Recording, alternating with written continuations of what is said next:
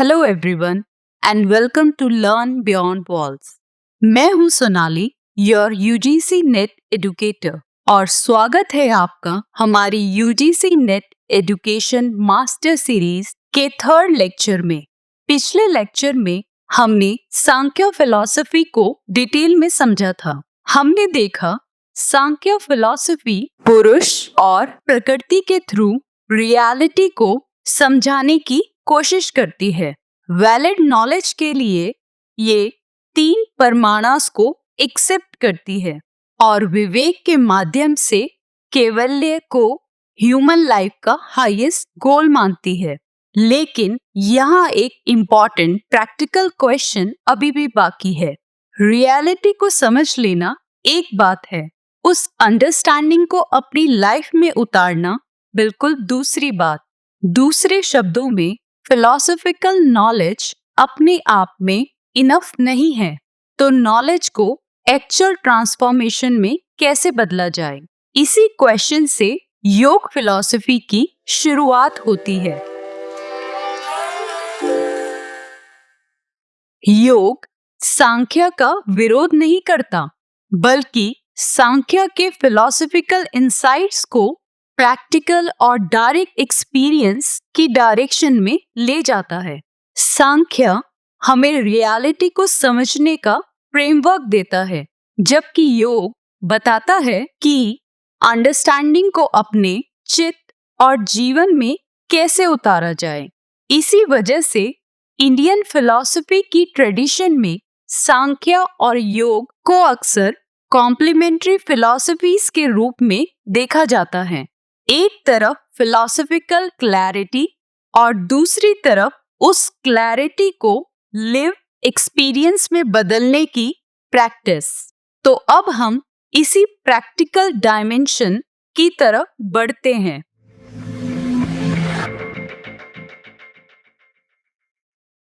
आइए अब इस योग फिलॉसफी की प्रैक्टिकल अप्रोच को डिटेल में समझते हैं। आज योग शब्द सुनते ही सबसे पहले आसनास या फिजिकल एक्सरसाइज का ख्याल आता है, लेकिन क्लासिकल इंडियन फिलॉसफी में योग का मीनिंग इससे काफी ब्रॉडर है। यहाँ योग सिर्फ बॉडी को ट्रेन करने की प्रैक्टिस नहीं है, इनफैक्ट ये माइंड को डिसिप्लिन करने की और कॉन्शियसनेस को रिफाइन करने का एक सिस्टमैटिक फ्रेमवर्क है। इस फ्रेमवर्क को महर्षि पतंजलि ने अपने योग सूत्रा में बहुत व्यवस्थित रूप में प्रेजेंट किया है। योग का फिलॉसफिकल बेस काफी हद तक सांख्य फिलॉसफी से मिलता है। एकेडमिक पर्सपेक्टिव से देखें तो यहाँ योग दर्शन को 3 डायमेंशन के माध्यम से समझा जा सकता है।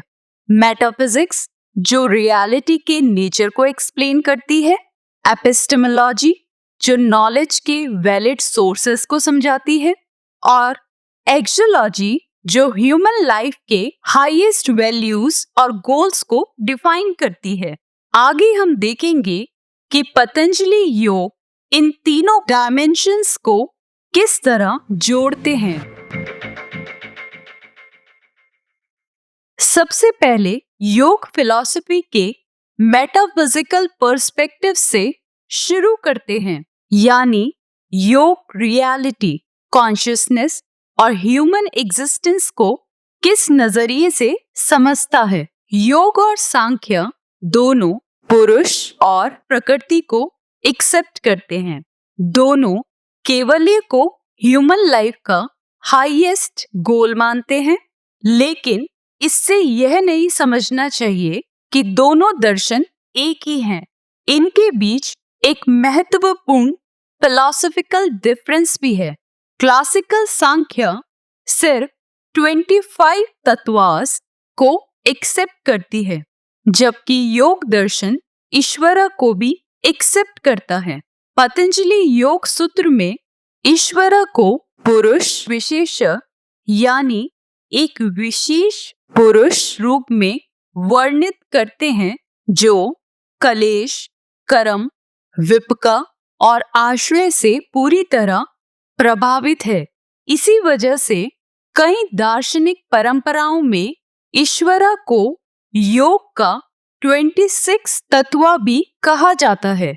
हालांकि महर्षि पतंजलि ने खुद 26 तत्व शब्द का प्रयोग नहीं किया, उन्होंने ईश्वरा को पुरुष विशेष कहा है। अब इसी फिलॉसफिकल फाउंडेशन को पतंजलि अपने सबसे प्रसिद्ध सूत्र के माध्यम से डिफाइन करते हैं, योगा चित्त वृत्ति निरोधा। ये सिर्फ योग की डेफिनेशन नहीं, बल्कि पूरे सिस्टम का फाउंडेशन है। इस डेफिनेशन को समझने के लिए सबसे पहले हमें चित्त और वृत्ति को समझना होगा। पतंजलि योग की शुरुआत बॉडी से नहीं, चित्त से करते हैं। इसका रीजन सीधा है। हर एक्सपीरियंस, चाहे वो हैप्पीनेस हो, सैडनेस हो, फियर हो या फिर कंसंट्रेशन, चित्त के माध्यम से ही हम तक आते हैं। इसीलिए योग को समझने के लिए चित्त को समझना जरूरी है। इंडियन फिलॉसफी में चित्त को सिर्फ माइंड कह देना काफी नहीं होगा। यह थॉट्स, इमोशंस, मेमोरीज, डिजायर्स और एक्सपीरियंसेस का पूरा मेंटल फील्ड है। इसी के माध्यम से हम ऑब्जर्व करते हैं, इमेजिन करते हैं और यादें भी इसी में बनी रहती हैं। एक बात और याद रखिए, चित्त कभी भी स्टैटिक नहीं रहता। हर नया एक्सपीरियंस उसमें कुछ ना कुछ परिवर्तन लाता है। इसी वजह से एक ही सिचुएशन को अलग अलग लोग बिल्कुल अलग अलग तरीके से एक्सपीरियंस करते हैं। सिचुएशंस सेम होती हैं, लेकिन चित्त अलग होता है, और जब चित्त अलग होता है तो उसका एक्सपीरियंस भी अलग हो जाता है। यही पतंजलि एक और कॉन्सेप्ट लेकर आते हैं कि अगर चित्त हमारी मेंटल फील्ड है तो उसमें लगातार होने वाली एक्टिविटीज को पतंजलि वृत्ति कहते हैं। हर थॉट, हर मेमोरी, हर इमेजिनेशन और हर परसेप्शन चित्त की किसी न किसी वृत्ति का ही रूप है। इसका मतलब ये नहीं है कि वृत्तियां गलत हैं। सोचना, याद रखना, ऑब्जर्व करना, ये सब माइंड की नेचुरल एक्टिविटीज हैं। लेकिन यहाँ एक डिफिकल्टी है।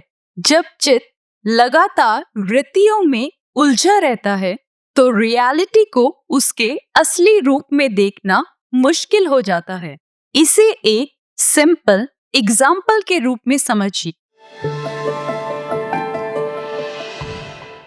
सोचिए, एक झील का पानी बिल्कुल शांत हो तो उसमें हमारा रिफ्लेक्शन हमें बिल्कुल क्लियर दिखाई देता है। लेकिन लहरें लगातार बनती रहें तो रिफ्लेक्शन डिस्टॉर्ट होने लगता है। यहाँ पर ध्यान देने वाली बात यह है कि जो बदलता है वो रिफ्लेक्शन है, ना कि रियलिटी। महर्षि पतंजलि के लिए चित्त भी कुछ इसी तरह काम करता है। जब वृत्तियां लगातार बदलती रहती हैं तो अक्सर हम रियलिटी से ज्यादा अपनी मेंटल रिएक्शंस को एक्सपीरियंस करते हैं। इसीलिए योग का लक्ष्य थॉट्स को फोर्सफुली रोकना नहीं है। लक्ष्य है चित्त को इतना स्टेबल बनाना कि वो रियलिटी को बिना डिस्टॉर्शन के रिफ्लेक्ट कर सके। इसी प्रोसेस को और क्लियरली समझाने के लिए पतंजलि वृत्तियों को 5 कैटेगरी में क्लासिफाई करते हैं। अब तक हमने समझा कि वृत्ति चित्त की एक्टिविटी है, लेकिन क्या हर वृत्ति एक जैसी होती है? पतंजलि का आंसर है नहीं। इसीलिए वो चित्त की वृत्तियों को 5 कैटेगरी में रखते हैं। सबसे पहले है प्रमाण, यानी वैलिड नॉलेज। जब किसी वस्तु को उसके वास्तविक रूप के अनुरूप जाना जाए, दूसरी है विपर्य यानी मिस्टेकन नॉलेज। जब किसी चीज को वैसे समझा जाए जैसे वो वास्तव में है ही नहीं, जैसे अंधेरे में रस्सी को सांप समझ लेना।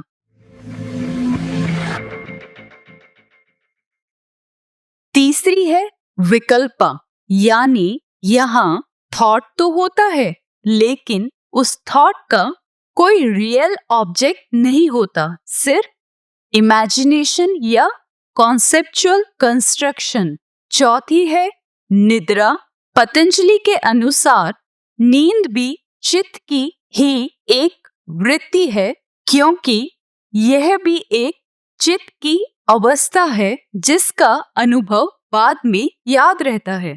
और पांचवी है स्मृति यानी पास्ट एक्सपीरियंसेस का मेमोरी के रूप में दोबारा उभरना। इन पांचों वृत्तियों को गिनाने का पर्पस सिर्फ क्लासिफिकेशन नहीं है। पॉइंट ये है, चित्त अलग अलग तरीकों से काम करता है। जब तक हम इन मेंटल प्रोसेसेस को पहचानेंगे नहीं, तब तक उन्हें समझना, उनकी डायरेक्शन बदलना मुश्किल रहेगा। लेकिन एक और क्वेश्चन उठता है कि अगर ये वृत्तियां माइंड की नेचुरल एक्टिविटीज हैं, तो ह्यूमन सफरिंग का असली सोर्स क्या है? इसी क्वेश्चन का आंसर पतंजलि कलेशा के कॉन्सेप्ट से देते हैं। अब इस बात को थोड़ा और गहराई से समझते हैं। हर वृत्ति सफरिंग का कारण नहीं बनती। दुख की शुरुआत तब होती है जब हम अपनी पहचान उसके साथ जोड़ लेते हैं। इसी रूट कॉज को पतंजलि कलेशा कहते हैं। योग फिलॉसफी के अनुसार 5 कलेशा हैं। सबसे पहला है अविद्या यानी रियलिटी को उसके वास्तविक रूप में ना देख पाना। इसी को बाकी सब कलेशों का मूल कारण माना गया है। अविद्या से जन्म लेता है अस्मिता यानी अपनी पहचान को चित्त और उसकी एक्टिविटीज के साथ जोड़ लेना। इसके बाद आता है राग, जो सुखद अनुभव हुआ उसे बार बार पाने की इच्छा, और उसके विपरीत है द्वेषा, जो दुखद अनुभव हुआ उससे हर हाल में दूर रहने की प्रवृत्ति। और 5वां कलेशा है अभिनिवेशा यानी जीवन से चिपके रहना या अपनी एग्जिस्टेंस को खो देने का गहरा भय। इन 5 कलेशों का कॉमन सोर्स एक ही है, अविद्या। जब रियलिटी को सही रूप में नहीं समझा जाता, तो बाकी सभी पैटर्न्स धीरे धीरे उसी से डेवलप होने लगते हैं। इसी वजह से योग का लक्ष्य सिर्फ बिहेवियर बदलना नहीं है, उस अंडरस्टैंडिंग को बदलना है जहां से बिहेवियर स्टार्ट होता है। और यहीं से एक और इम्पॉर्टेंट क्वेश्चन सामने आता है, अगर अविद्या नॉलेज की प्रॉब्लम है तो वैलिड नॉलेज मिलती कैसे है? यहीं से योग की एपिस्टेमोलॉजिकल पर्सपेक्टिव शुरू होती है, यानी रियलिटी को सही रूप में जानने के लिए वैलिड नॉलेज कैसे प्राप्त होती है। अगर अविद्या रियलिटी को सही तरह से नहीं समझ पाना है, तो एक नेचुरल क्वेश्चन उठता है कि वैलिड नॉलेज मिलती कैसे है। इस पॉइंट पे योग सांख्य से काफी हद तक सहमत है। जैसे सांख्य, वैसे ही योग भी नॉलेज के लिए 3 प्रमाणास को एक्सेप्ट करती है। सबसे पहला है प्रत्यक्ष यानी डायरेक्ट परसेप्शन, जो हम सीधा ऑब्जर्व करते हैं। दूसरा है अनुमान यानी रीजनिंग, जब अवेलेबल फैक्ट्स के बेसिस पर किसी कंक्लूजन तक पहुंचते हैं। और तीसरा है शब्द यानी किसी ऑथेंटिक और रिलायबल सोर्स से प्राप्त नॉलेज। लेकिन पतंजलि यहाँ एक जरूरी बात जोड़ते हैं, सिर्फ प्रमाणास को जान लेना काफी नहीं है। नॉलेज की रिलायबिलिटी उस माइंड पर भी डिपेंड करती है जो उस नॉलेज को रिसीव कर रहा है। अगर चित्त बार बार कलेशों से प्रभावित हो तो परसेप्शन, रीजनिंग, इंटरप्रिटेशन तीनों ही प्रभावित हो सकते हैं। इसीलिए योग में नॉलेज और चित्त की शुद्धि को एक दूसरे से जोड़ते हैं। जितना क्लियर चित्त होगा उतना ही रियलिटी को समझने की संभावना होगी। लेकिन यही एक प्रैक्टिकल चैलेंज आता है। योग में नॉलेज और चित्त की शुद्धि एक दूसरे से जुड़े हुए हैं। जितना क्लियर चित्त होगा उतना ही क्लियरली रियलिटी को समझने की संभावना होगी। लेकिन यहाँ एक प्रैक्टिकल चैलेंज आता है। वैलिड नॉलेज मिल भी जाए तो क्या ट्रांसफॉर्मेशन अपने आप हो जाता है? पतंजलि का आंसर है नहीं। नॉलेज डायरेक्शन जरूर देती है, लेकिन उस डायरेक्शन में चलना प्रैक्टिस से ही संभव होता है। यहीं से योग के एक्सोलॉजिकल पर्सपेक्टिव की शुरुआत होती है, यानी वो वैल्यूज, डिसिप्लिन्स और आइडियाज जो नॉलेज को जीवन में उतारने में मदद करते हैं। और इसी पॉइंट से योग अपने प्रैक्टिकल पाथ पर आता है।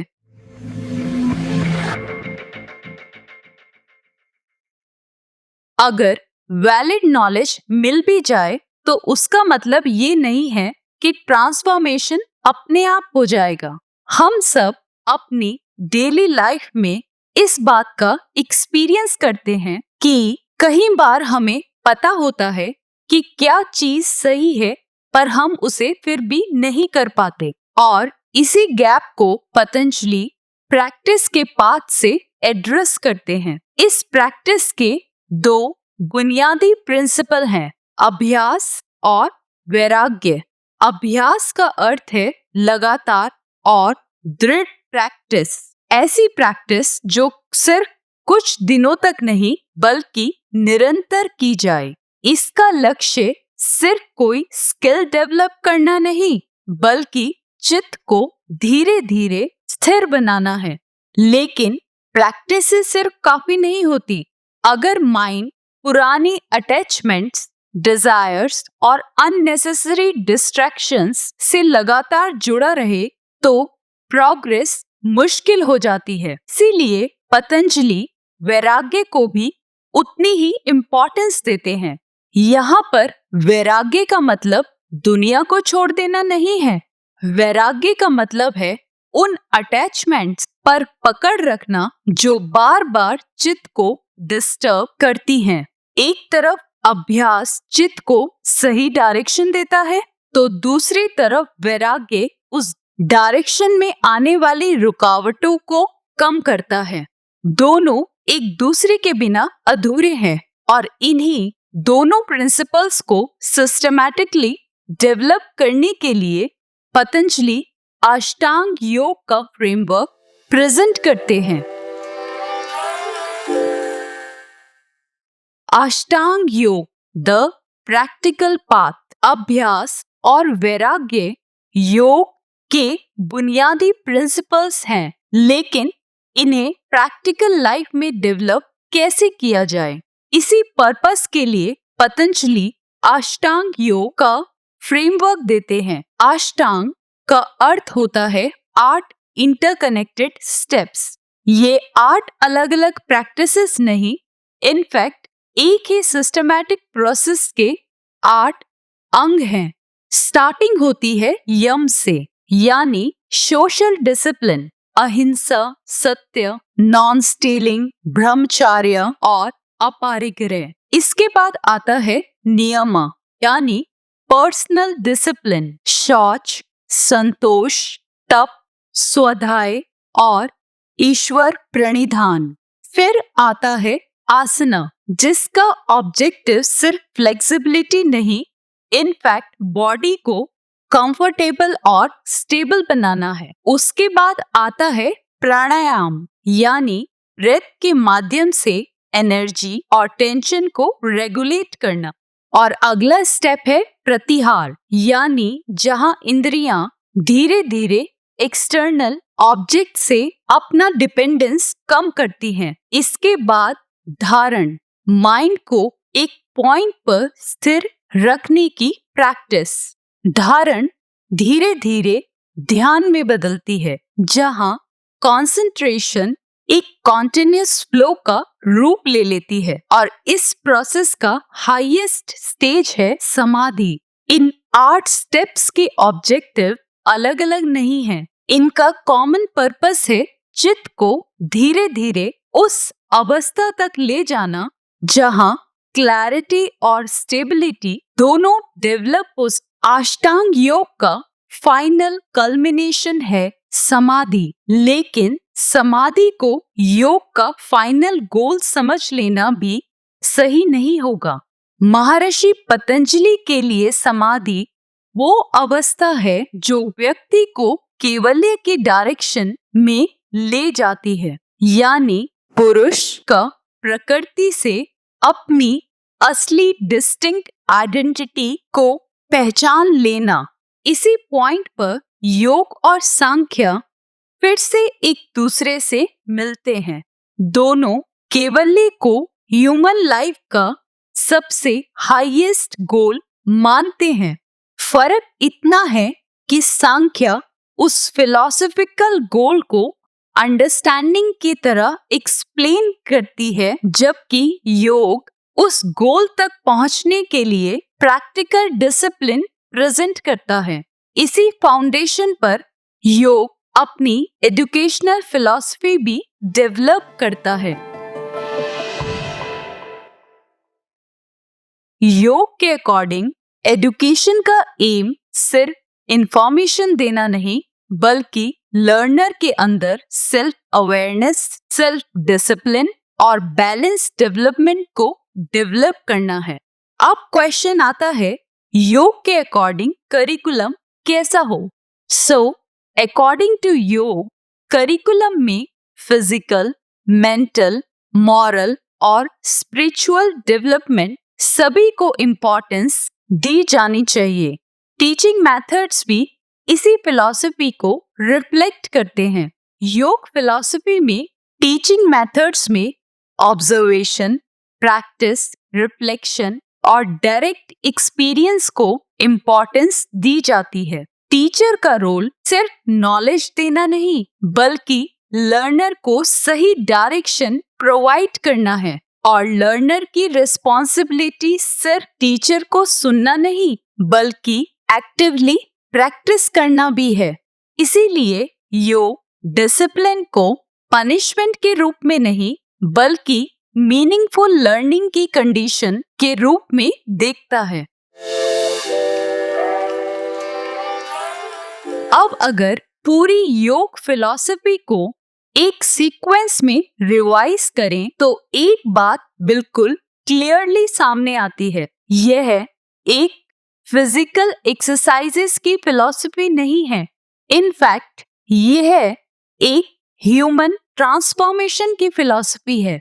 हमने देखा कि महर्षि पतंजलि ने चित्त को योग का सेंटर क्यों माना, वृत्तियों और कलेशों के माध्यम से ह्यूमन सफरिंग को कैसे एक्सप्लेन किया और वैलिड नॉलेज के लिए परमाणास को क्यों एक्सेप्ट किया।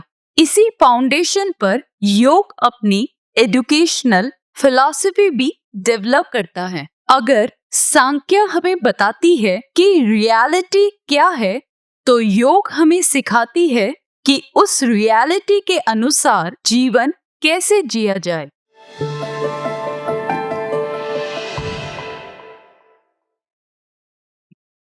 तो अगर आज की इस क्लास के बाद योग फिलॉसफी आपको सिर्फ रटने वाला टॉपिक नहीं, बल्कि समझने वाला कॉन्सेप्ट लगने लगा है, तो वीडियो को लाइक जरूर कीजिए और अपना फीडबैक हमें कमेंट सेक्शन में जरूर बताइए, क्योंकि लर्न बियॉन्ड वॉल्स पर हमारा फोकस सिर्फ कॉन्सेप्ट्स याद करवाना नहीं है, बल्कि उन्हें क्लियरली समझना, आपस में कनेक्ट करना और यूजीसी नेट एग्जाम में कॉन्फिडेंटली अप्लाई करना है। तो अगर आप इसी स्ट्रक्चर्ड लर्निंग जर्नी का हिस्सा बनना चाहते हैं तो चैनल को सब्सक्राइब जरूर कीजिए और आज की योग फिलॉसफी की क्लास को अपने फेलो यूजीसी नेट एस्पिरेंट्स के साथ शेयर कीजिए। मिलते हैं अगले लेक्चर में, जहां हम वेदांत फिलॉसफी को लर्न बियॉन्ड वॉल्स के सिग्नेचर स्टाइल में स्टेप बाय स्टेप समझेंगे। I'll see you in the next lecture. Until then, keep learning beyond walls.